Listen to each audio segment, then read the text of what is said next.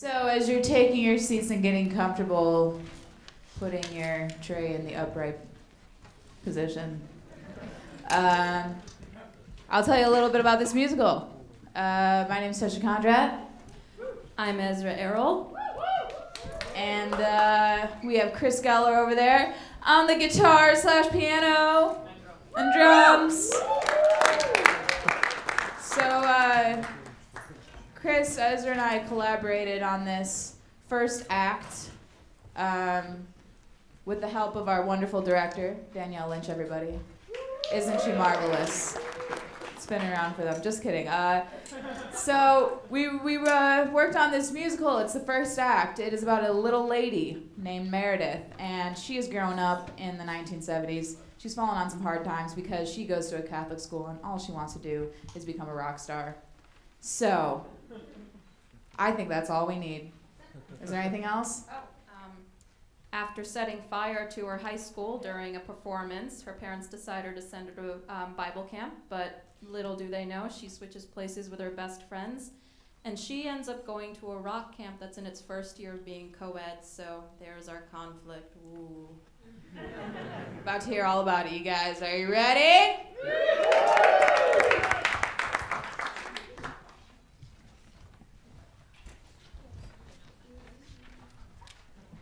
The Trailblazers. Script and lyrics by Tasha Conrad and Ezra Errol. Music and lyrics by Chris Geller. Over black, we hear the last few lines of the Star-Spangled Banner played like Jimi Hendrix on an electric guitar. Cut to interior gymnasium, stage day.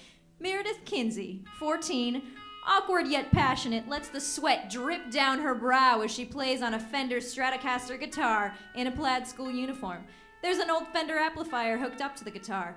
The audience sits in total shock. Young girls in identical plaid school uniforms sit with their mouths agape next to their families. Roger and Barbara Kinsey, 40s, God-fearing and straight-laced, rub their temples in frustration.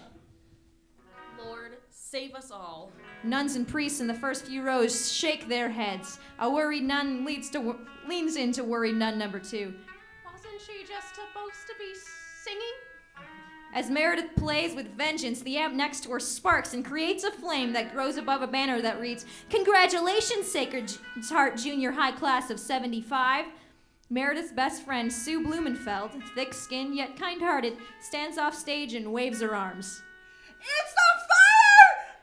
Meredith nods and winks at Sue. She holds the last note as the flame engulfs the entire amp. Meredith sees the flame and panics. She grabs the American flag draped over the stage and slaps it on the fire. Devil child! Automatic sprinklers go off. The audience flees the building in panic. Meredith stands on stage emotionless as water runs down her face. Sue dances in the downpour.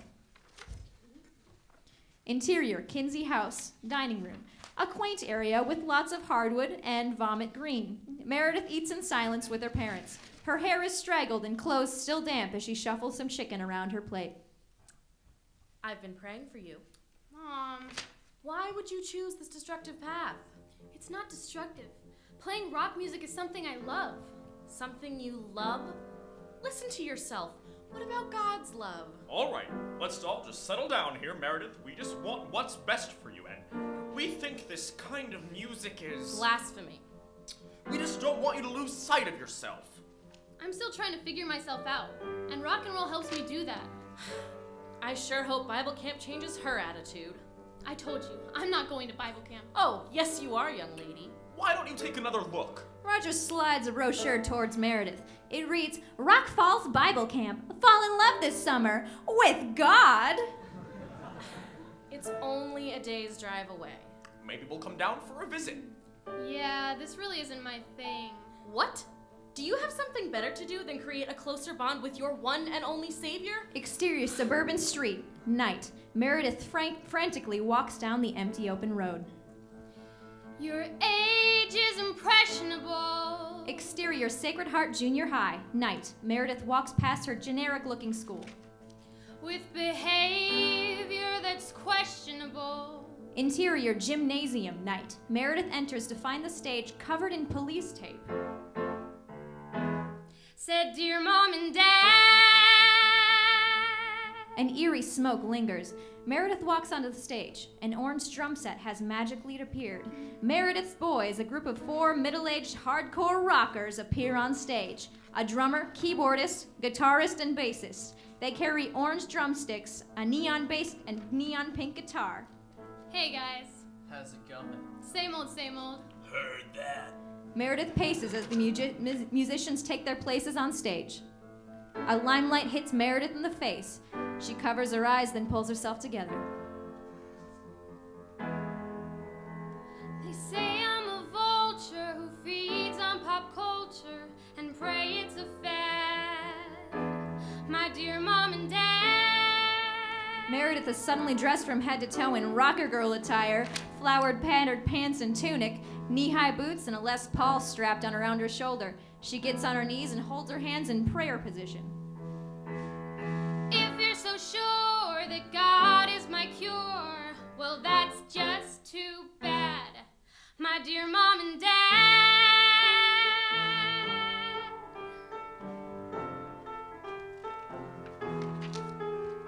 I think about Smith, Mitchell, and Slick, and what they would do. She kicks the burnt amp.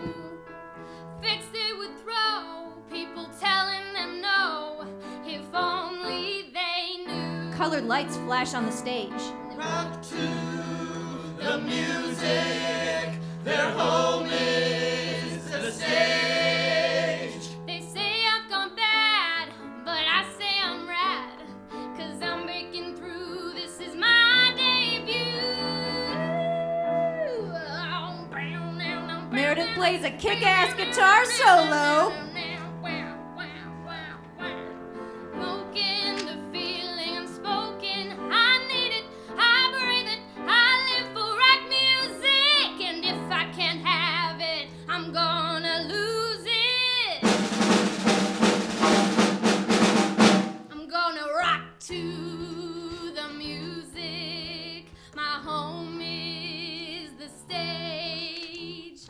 Rock to the music, my home is the stage. Rock to the music, She's home. my home is She's home. the stage. She's home. Rock to She's the home. music, She's home. my home is She's the home. stage. She's home. Rock to the music.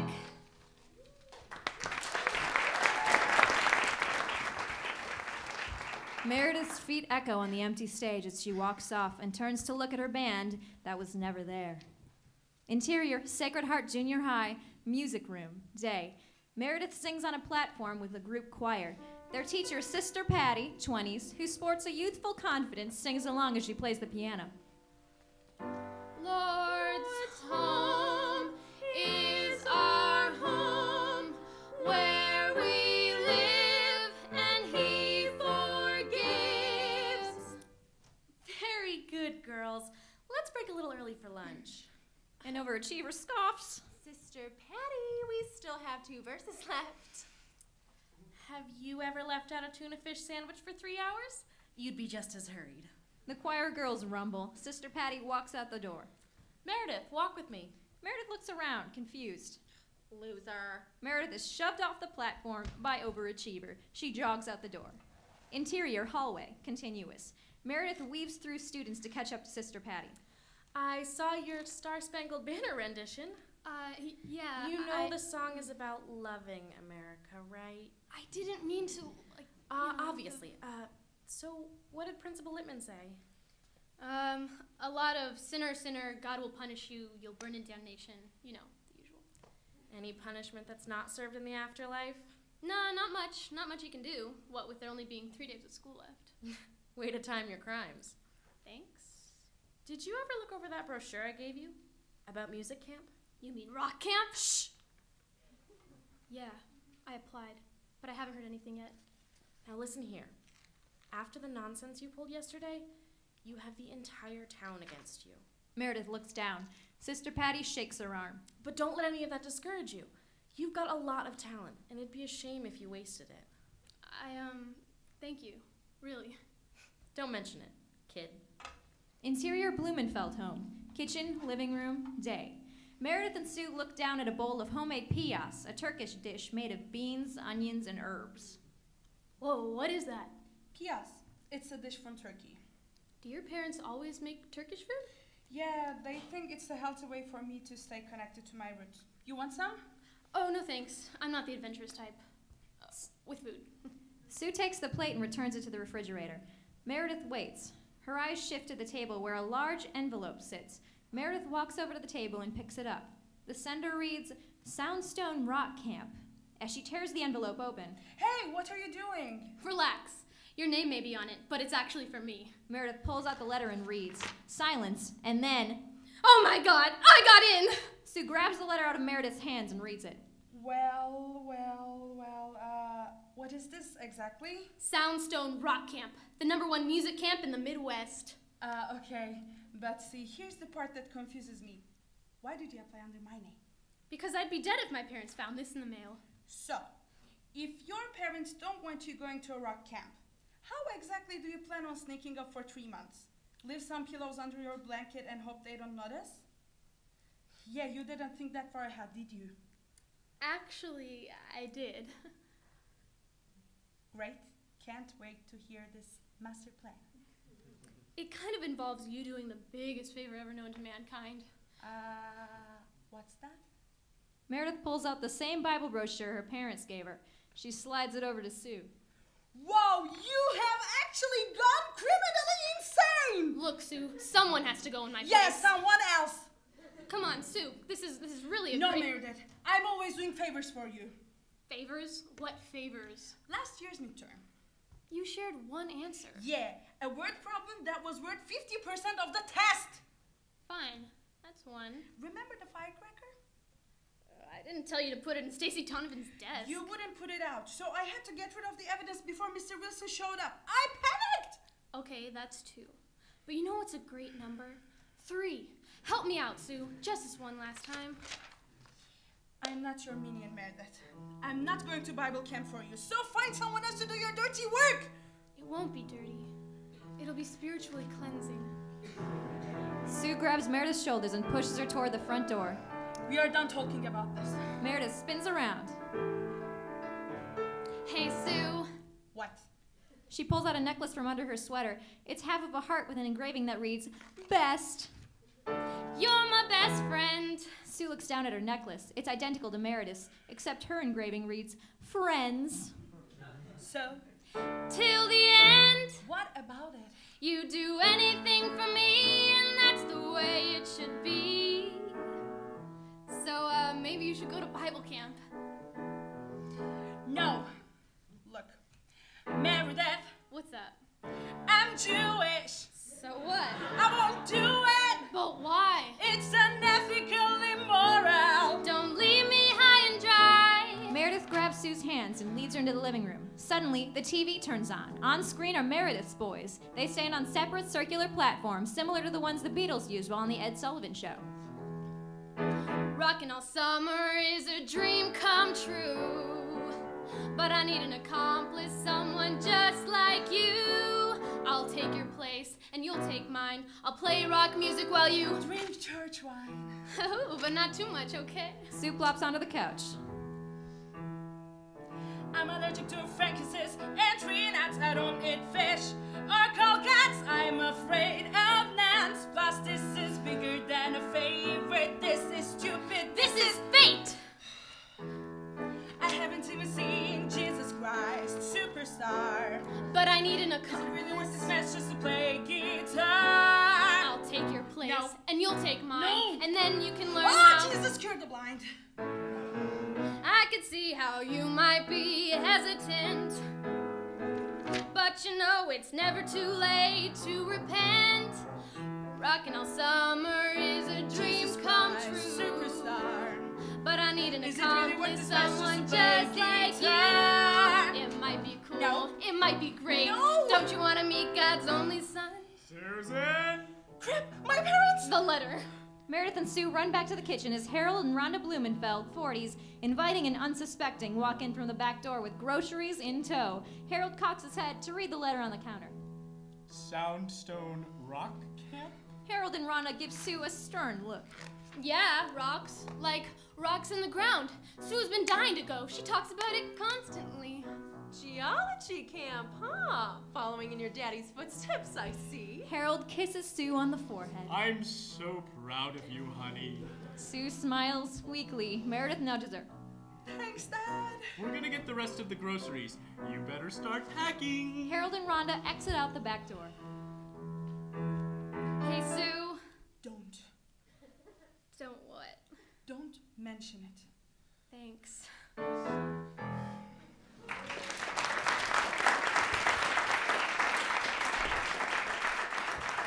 Interior Kinsey house, living room, night.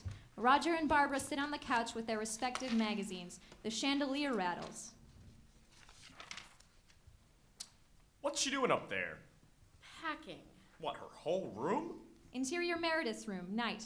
Meredith stands over her suitcase as she stomps onto her clothes inside. She tiptoes outside of her bedroom, down the hallway. Interior living room, night. Roger stares at the ceiling. Sounds like she needs help. I was on my way up. Thought I'd have a talk with her about you-know-what. Oh? I don't know what. Boys. She's ready for that kind of talk? Sure. Boys can be persuasive at this age, and well, I don't want her getting any nicknames while she's there. Like Eve. Barbara exits. Interior Meredith's room, night. Meredith tiptoes back into her room with her Stratocaster. Meredith? Barbara walks up the stairs as Meredith shoves the guitar into her closet and shuts the door. Barbara enters with a plate of cookies shaped as holy crosses. Thought you could use a snack. Yeah, all this packing's really got me repentant. I call them sinless sugar cookies. Har har. Barbara leaves the plate on the bed and stands up. So, you have everything packed? Pretty much. Barbara walks toward the closet. Oh, don't forget those sweaters that I bought you for... I know, Barbara opens the closet and finds the Stratocaster. How did this find its way over here? It certainly will have no use at Bible camp. Meredith frowns as Barbara leans the guitar against the door. Now, sweetie, I just wanted to have a little chat with you before you go. About what? Well, about camp. Honey, I know what's really going on here. And I know about your alternate agenda. Really? And, although Rock Falls Bible Camp is co-ed, you shouldn't have to lose sight of why you're there. Boys? This talk is about boys. Well, yes. I know how these things go, Meredith. How those feelings can arise. I'm no prude. You're living proof. Ew. How can I put this? Boys and girls have different parts. Oh, Mom! And those parts help us with everyday functions. And one day, when two people who love each other get married, they can use those parts in other ways. But not until they're married, or else. Oh, my God. Oh, no, sweetie, there's no God involved. Just Satan.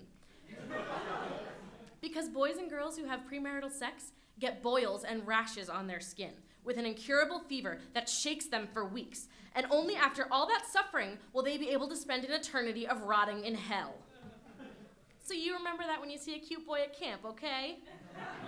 She stands up and grabs the guitar by the door as she exits. Enjoy the cookies. Exterior Kinsey house, day. Roger packs the last piece of luggage into the family Volvo. He checks his watch. Come on, ladies. Barbara hurries down the porch steps. Meredith wearily follows. Meredith, let's go.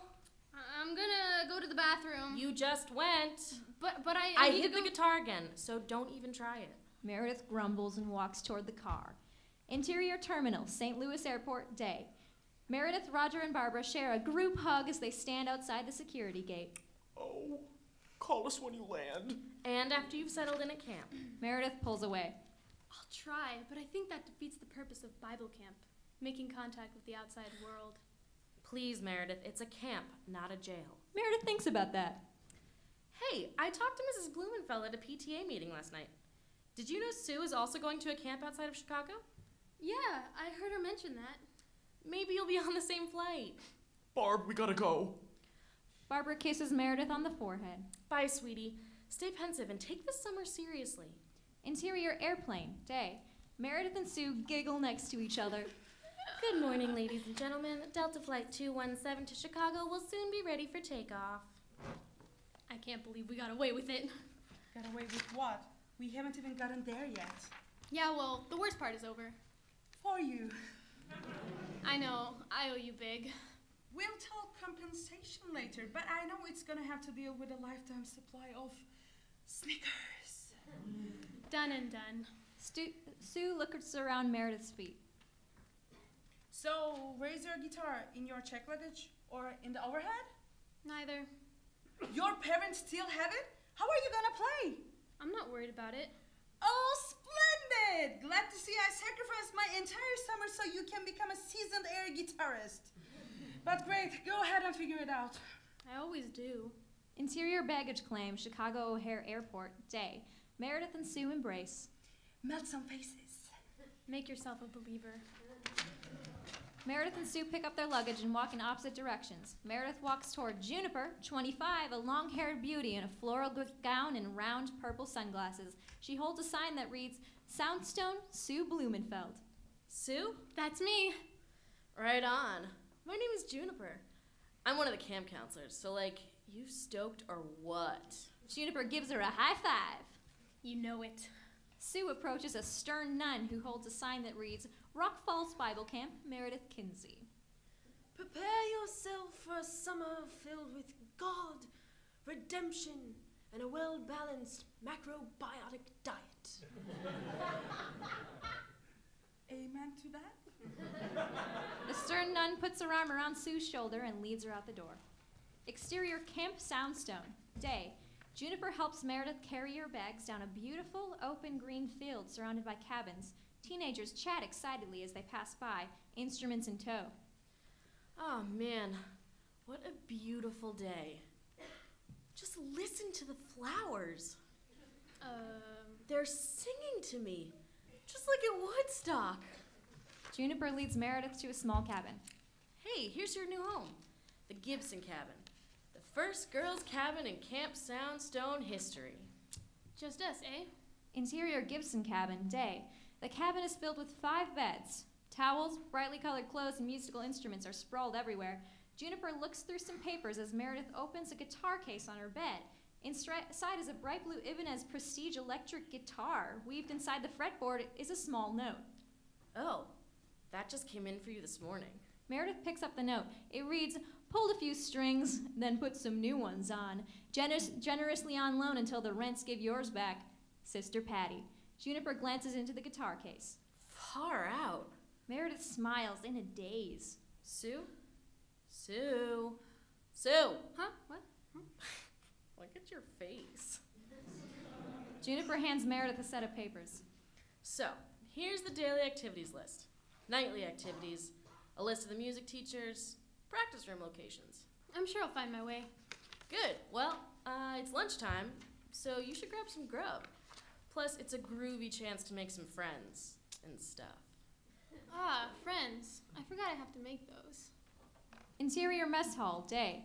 Meredith turns around from the lunch line with her tray, now facing a sea of tables occupied by cliques. Some campers play acoustic instruments as their friends surround them. Meredith takes a walk down the mess hall. She passes one table filled with boys in torn school uniforms. She attempts to put her tray down. Band members only. Meredith passes another table filled with campers with long hair and tunics. Sorry, Chica. This table is reserved for band members. Meredith walks a few more feet and sits down at a table filled with campers dressed in black clothes. Hey, what do you think you're doing? Meredith stands up startled. Boy in black takes a dinner roll off of her tray and takes a bite. His friends laugh. The girl sat over there. She looks down at the aisle. The very last table is filled with 4 girls who share a look of boredom. Meredith approaches and sits down. At the table is Lola, 16, a meek redhead who's always in pink. Sophie, 14, a loudmouth with a look of disapproval. Ophelia, 17, the blonde-haired brainiac of the group. And Rhiannon, overweight and optimistic. Hey, you're Sue? That's right. Sophie grabs Meredith's hands and shakes. My name's Sophie. This is Rhiannon, Ophelia, and Lola. They exchange awkward nods and waves. We saw the boys put you in your place. That's what happens when you go to camp the first year they turn co-ed. Hey, it's a big achievement. Yeah, if this was 1920, we are the minority. A group of 5 boys in leather jackets walk down the aisle like they own the joint. These are the Scoundrels. Their leader, Mac, 16, with spiked hair and a face that growls, sits down at a table filled with scrawny campers. The remaining Scoundrels join him. Who are those guys? Oh, those are the nastiest boys in the entire camp. They call themselves the Scoundrels. Don't talk to them. Don't even look them in the eye. Mac buries the face of scrawny boy number 1 into a plate of mashed potatoes. His minions laugh, except for the righteous green-eyed drummer, Calvin. They're mean, mean, mean. Some students hit their plastic trays against the table in harmony. More students join in with silverware. Other students stomp their feet. The Scoundrels slowly rise from the table. Get up and go, play till you bleed. Reap what you sow, take what you need, that's our motto. Blaze, 16, the pretty boy of the Scoundrels, pushes a scrawny boy down. No time to waste, best know your place, we're the Scoundrels. We spike up our hair, don't care what we wear, we sit over there. Hey, get out of my chair! That's our motto. Jimmy, 15, the pale, long-nosed guitarist of the Scoundrels, pushes a scrawny kid off a chair. Blaze, Jimmy, and Mac grab the shirts of 3 random campers. Stay in your place or we'll get in your face, we're the Scoundrels. The Scoundrels approach the girls' table. Well, ain't this pathetic? Didn't you get the memo? This is rock camp, not a Girl Scouts outing. Sophie puts her fists up, ready for a fight. Rhiannon and Lola hold her back. The Scoundrels pretend to be afraid. Ooh, what a spitfire. Meredith stares at Meredith. Mac stares at Meredith. What's a pretty girl like you doing here, hoping to fall in love with a hot young rock star like me? Mac runs his finger along her cheek. Meredith shoves him back. Oh, please. I'm not scared of you. You think you're demeaning. Well, girls can rock too. When they're cooking and cleaning. Jimmy and Blaze laugh. Mac winks at Meredith and turns away. Feisty, I like that. We are punk rock, stay up our block, we're the Scoundrels. The pals will love us, no one above us. Cause punk is a mess, not for girls in distress. We wear leather. Sophie pretends to spit on Mac's shoes. Cause it's better. Blaze ruffles the hem of Lola's dress. Better than pink dresses. In case you forgot, we'll make your teeth pop. We're the Scoundrels.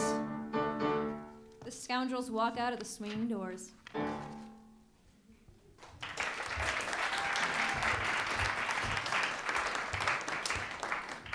Better stay out of their way.